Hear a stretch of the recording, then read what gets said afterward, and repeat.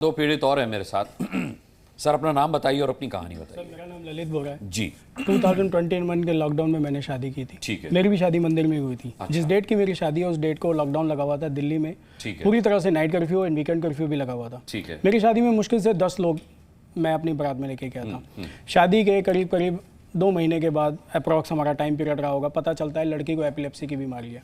अच्छा। जब लड़की का मेडिकल रिकॉर्ड हमें मिला, हमें फाइल मिल गई थी घर में ही, तो पता चला कि उसको वो बीमारी करीब करीब 20 साल पुरानी बीमारी है। अच्छा, आपको बताया नहीं गया? हमें बताया नहीं गया। एंड 2022 का समथिंग को एक आरएमएल हॉस्पिटल का रिकॉर्ड है जिसमें ये लिखा हुआ है कि बीमारी उसके फादर को भी है एंड उसकी फैमिली में हिस्ट्री है इस बात की। जब हमने इस बारे में बात की तो लड़की ने 498A, दहेज, बलात्कार एक्सेट्रा एक्सेट्रा वो सारे के सारे लॉ उसने इम्प्लीमेंट कर दिए। लड़की ने अपनी कंप्लेंट में ये लिख के दिया कि मेरी शादी के बाद मेरा पति बिना मेरी सहमति के संबंध बनाता था। अच्छा, ठीक है। हाँ, और ये बड़ा गंभीर विषय है। हाँ, और जब हमने इस बारे में बात की तो कोई बात करने के लिए तैयार नहीं है, कोई सुनने के लिए तैयार नहीं है। मैं सिस्टम में जाता हूँ, मैं पुलिस को कंप्लेंट करता हूँ, पुलिस को मैं बताता हूँ कि ये सब जो हो रहा है झूठ हो रहा है, ये गलत हो रहा है, तो पुलिस वाले कहते हैं ठीक है हम आपकी बात समझते हैं, एज ए आदमी हम आपकी बात को समझते हैं, हमें समझ में भी आ रहा है, लेकिन वो ये कहते हैं कि आपके लिए कोई लॉ ही नहीं है, मैं किस में आपकी कंप्लेंट को लूँ? कोई आपके लिए कोई कानून ही नहीं है, क्योंकि इस देश में आदमियों के लिए कोई कानून ही नहीं है। देन उसके बाद फिर मैं सहोदर एनजीओ के कांटेक्ट में आया, इनसे बात की, इन्होंने बड़ी हेल्प की। सर मैं आपको लिख के देता हूं कि अगर मुझे सहोदर एनजीओ नहीं मिलती सर मैं उस टाइम सुसाइड अटेम्प्ट कर लेता, शायद मैं आज इस दुनिया में भी नहीं होता अतुल सुभाष की तरह। सहोदर का हेल्पलाइन नंबर है, मैं सभी से कहता हूं अगर किसी के साथ भी किसी भी तरह का कुछ भी गलत हो रहा है, मेरी टी शर्ट के पीछे भी लिखा हुआ है, आप लोग इस नंबर पर कॉल कर सकते हैं, किसी भी तरह की कोई भी प्रॉब्लम आती है आप हमसे कॉन्टेक्ट कीजिए। 9811850898। ठीक है। प्रदीप, क्या कहानी है आपकी? सर सेम मेरी भी वही कहानी है। मेरी फरवरी 2022 में शादी हुई थी। अच्छा। शादी के बाद से ही मेरे ससुराल वाले मेरे घर में अननेसेसरी इंटरफेरेंस और अननेसेसरी परेशान करना, और मेरी वाइफ उनका साथ देती थी।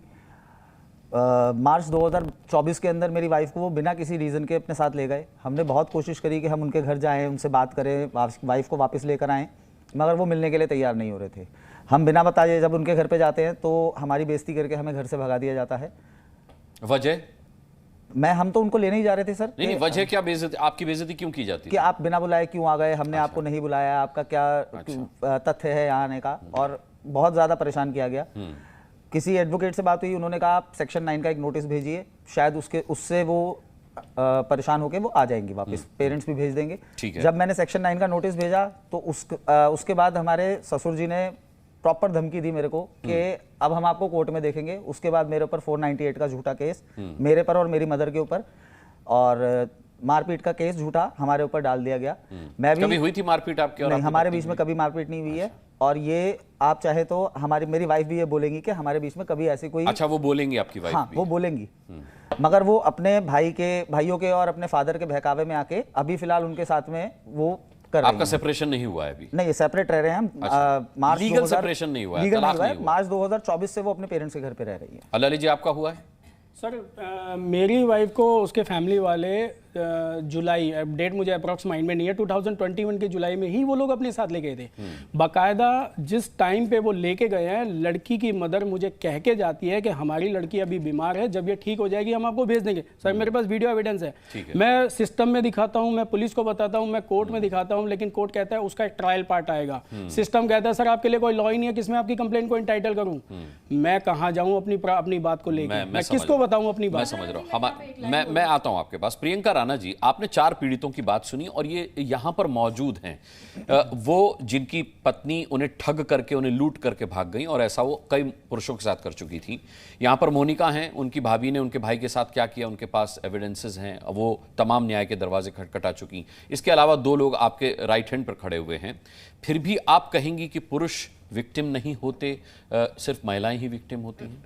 ऐसा नहीं है, एक्सेप्शनल केसेस होते हैं, लेकिन आज भी मैं कहूंगी कि 99% केसेस ऐसे हैं जहां पर महिला प्रताड़ित हैं। अच्छा, 99%? बिल्कुल बिल्कुल। 1% होते जहां पर पुरुष। 99% केसेस? अगर आप राज्यसभा का आंकड़ा भी देखेंगे तो प्रतिदिन 20 केसेस ऐसे आते हैं जहां पर दहेज प्रताड़ना के केसेस हैं। WHO की रिपोर्ट है पूरे विश्व के अंदर 3 में से 1 जो महिला है वो यौन शोषण और प्रताड़ना का जिम्मेदार है। इसका मतलब ये देखिए, इस तरह से चिल्लाने से और बदतमीजी करने से इस तरह की सेंसिटिव डिबेट्स नहीं होती है। आपको टीआरपी चाहिए और बदतमीजी करनी है तो इस तरह की चीजें मैं बर्दाश्त नहीं करती हूँ।